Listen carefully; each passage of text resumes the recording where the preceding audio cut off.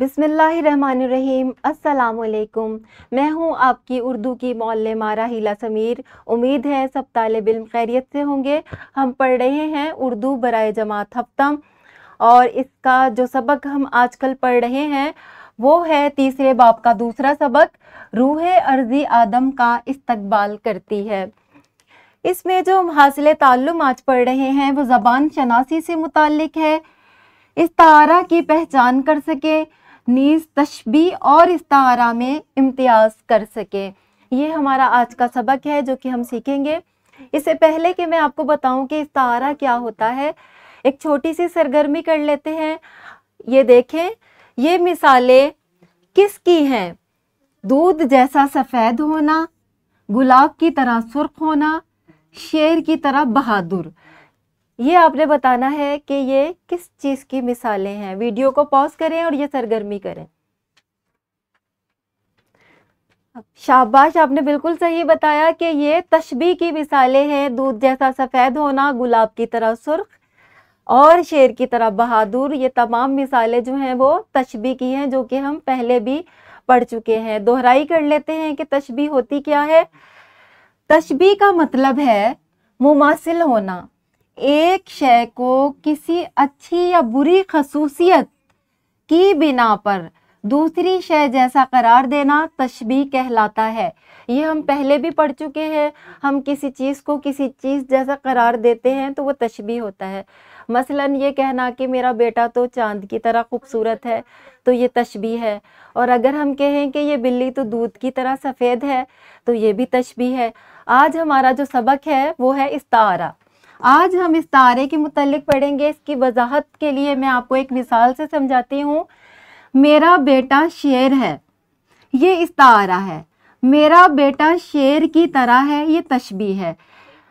जब हम किसी चीज़ को या किसी शख्स को किसी दूसरे बराह रास्त दूसरी चीज़ से मिला देते हैं तो वो इस्तारा होता है। लेकिन अगर हम कहते हैं की तरह है, की मानिंद है, उस जैसा है, तो वो तशबीह होती है। लेकिन जब हम बराह रास्त को शेर कहेंगे या गीदड़ कहेंगे या बिल्ली कहेंगे तो वो इस्तारा होगा। अगर मैं कहती हूँ कि वो शख्स तो समंदर की तरह गहरा है, तो मैंने की तरह इस्तेमाल किया है, तो ये तशबीह है। अगर मैं कहती हूँ कि वो तो बिल्कुल तवा जैसा है, तवा है, तो वो इस्तारा होगा। अगर मैं कहती हूँ तवे जैसा है, तो वो तशबीह होगी। मुझे उम्मीद है कि आपको इस्तारा और तशबीह में फ़र्क समझ में आ गया होगा। अब हम इस्तारा की तारीफ देख लेते हैं।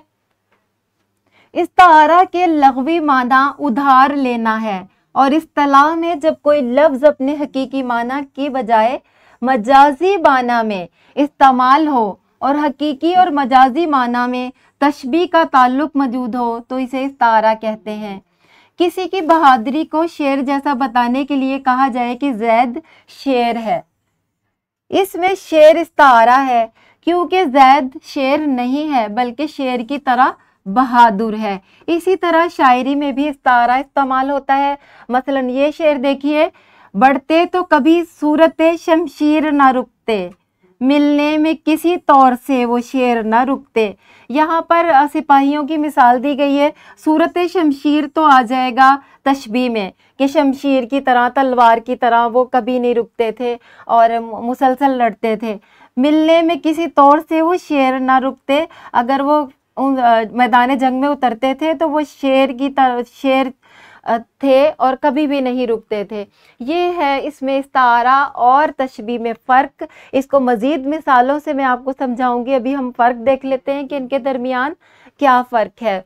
तशबीह के लग़वी माना है की तरह या मानिंद करार देना।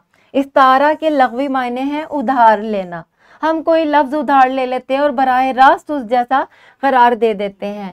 इल्मे बयान की रूह से मुश्तरक सिफ्त की बिना पर दूसरी चीज़ की मानिंद जैसा करार देना। इल्मे बयान की रूह से किसी चीज़ के माने उधार लेकर दूसरी चीज़ के लिए इस्तेमाल करना, लेकिन शर्त यह है कि दोनों में तशबीह का ताल्लुक हो। तशबीह हकीकी होती है, बुनियाद हकीकत पर है। इस्तारा मजाजी होता है, बुनियाद ख्याल पर है। अभी मैं आपको मिसालों के ज़रिए समझाऊंगी। ये मिसालें देखिए। उमर तो चांद की तरह खूबसूरत है, ये तशबीह है क्योंकि हमने उमर को चांद की तरह खूबसूरत करार दिया है। और यहाँ इस्तारा में देखें उमर तो चांद है, हमने बराह रास्त उमर को चांद करार दिया है कि उमर चांद तो नहीं है, हमने उमर के लिए चांद का लफ्ज उधार लिया है, लेकिन इसमें तशबीह का ताल्लुक भी है, इसको कहते हैं इस्तारा। मुझे उम्मीद है कि बच्चों को इस्तारा की समझ में आ गई होगी और तशबीह और इस्तारा में भी फ़र्क पता चल गया होगा।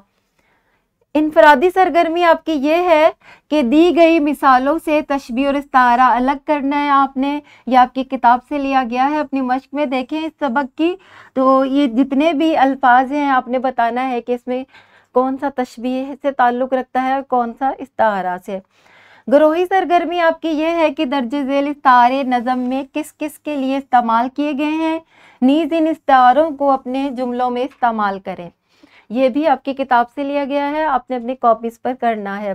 घर का काम आपका ये है कि अल्लामा इकबाल की कोई और नज़म लें और इसमें से तशबीह और इस्तारे तलाश करके लिखें। मुझे उम्मीद है कि आप सबको आज का सबक अच्छे तरीके से समझ आ गया होगा।